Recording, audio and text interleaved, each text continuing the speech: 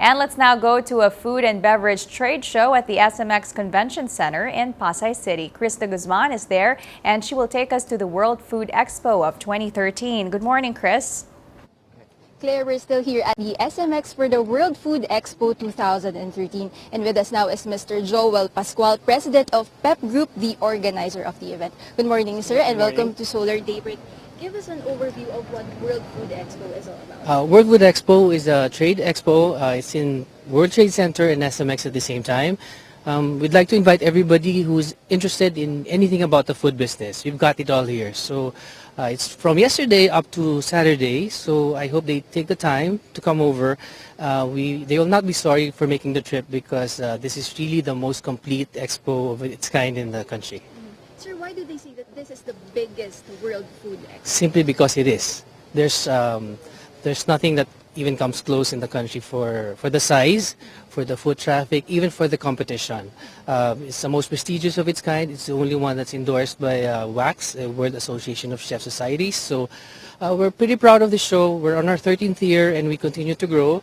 If you come over, you'll see a lot of international participation as well this year. If you are already in the business, it's a room for expansion. If you want to get into the business, it's very easy to come in. You know what they say, food and beauty are the two industries that will always survive any economic crisis. And we're here to give that opportunity to anybody that's interested. Sir, I understand that this is held in two venues here in Yes, yeah. Which venues? Okay, we have managed to fill up both World Trade Center and SMX Convention Center. We have a free shuttle, so they don't have to worry. They can park wherever they think it's convenient, and they can just take the shuttle to and from the venues. Sir, I understand WOFEX is now on its 13th year. What can industry buyers and foodies alike expect from this year's expo? You know, the fact that we've been growing every year is a testament that we are always able to bring in new players into the industry, which means even if they went last year, once they come over, they are sure to find new stuff, new products, new equipment. So the latest and the best is here from all over the world. Thank you, Mr. Joel. Okay, we now have Chef James Antolin with us. Chef, who will be joining this year's Philippine Culinary Cup? Well, this year's Philippine Culinary Cup, it's our 4th year. This year we have teams from Korea. We have teams from Australia, Malaysia, and of course the local ones, the restaurants and the hotels, the restaurant associations. These are chefs coming from all walks of life. Sir, who will be judging the competition? This particular competition is the standards are quite high. So the judges are international standard, that's why we got international judges from all over the world. We brought in them just specifically for this competition. What can we expect from this year's competition? Is this more exciting? Of course, every year it gets better. So as you can see behind you, we have the showpiece competition, and these are, again, according to one of the judges that I spoke to this morning, it's better and better. It's getting bigger and better. Thank you, Chef James Antolin. With us now is Chef Ragnar Fredriksson of the World Association of Chef Societies. Good morning, Chef. Good morning, Chef. It's early, yeah. Okay, tell us how the World Association of Chef Societies is helping Filipino chefs improve in their craft. Yep. Well, you know, I represent, we like the United Nation of Chefs. We are World Chef Association, and with James here, the Toque Blanche, they are one of our members.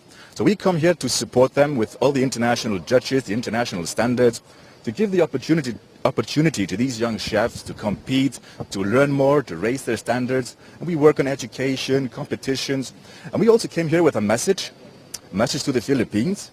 And this is why we have our good friend Rick Moonin, who is our chairman for the Feed the Planet.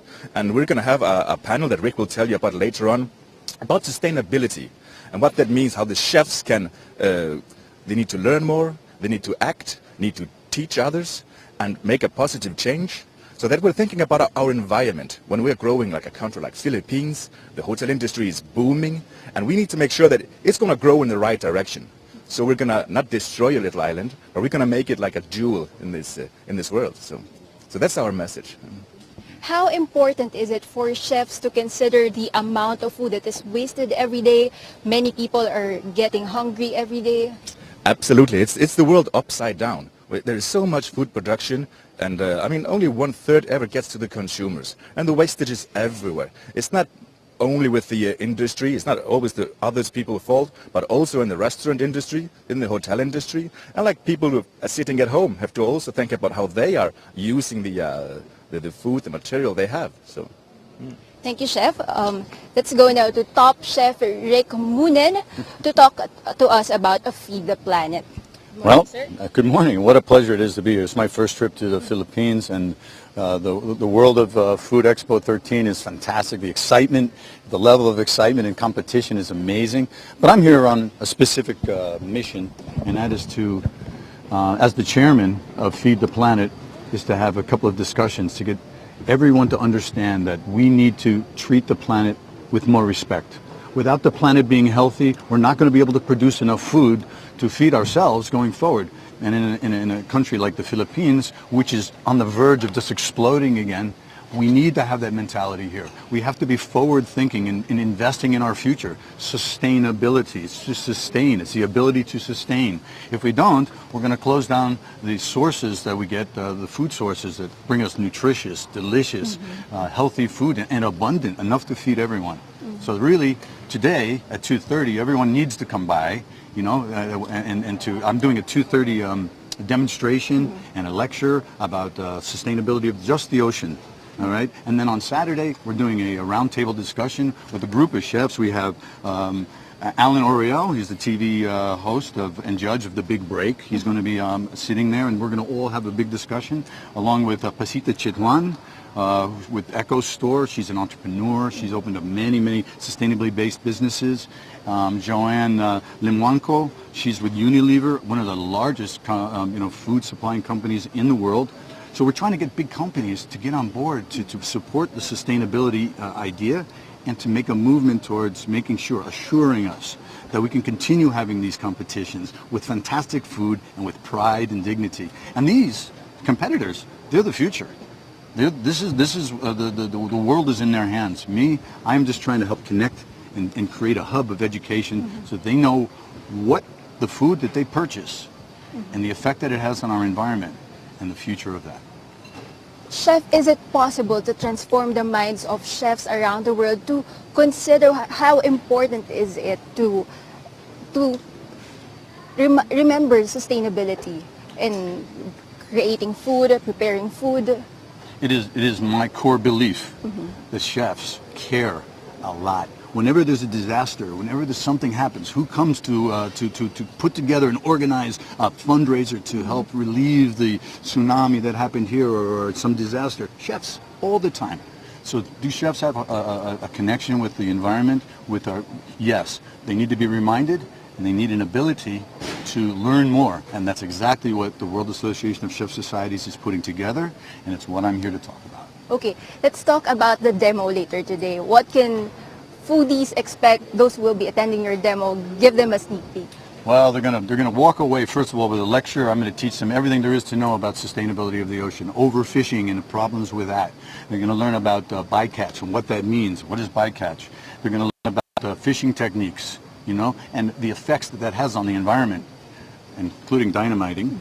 I mean, this is we have to have an understanding of the cause and the effect of our activities and the privilege that we have. And I'm trying to get people to understand about aquaculture as well. Aquaculture is a huge business. More than 1/2 of what we consume globally comes from fish farms. But not all fish farms are good for the environment. So once the chefs finish, or anybody that sits in today's lecture, and then I'm going to do a cooking demonstration with some local underutilized species. And that's going to be a lot of fun, and I'm going to be able to give some ideas as they walk away. But for 2 hours, for an hour and a half, we're going to be able to have a discussion and an education about sustainability of the ocean. It's not that difficult. I'm going to keep it super simple, but it's going to be very, very informative and fun. Okay. But the big thing is on Saturday when we have our roundtable discussion with a lot of local experts. I'm really looking forward to that, because I want the Philippines to embrace this as a growing, budding country and invest in the future. Okay. Thank you, Chef Moonen. Okay. Mr. Joel Pascual, again, invite everyone to attend the World Food Expo this year. Yeah, we would like to continue to invite everybody to support the ultimate food show experience, which is WOFEX. It's going to run until Saturday. We are open from 10 a.m. to 7 p.m. Please make the trip. You won't regret coming over to WOFEX. So that's it from our end. Back to you, Emeline and Claire. Thanks, Chris.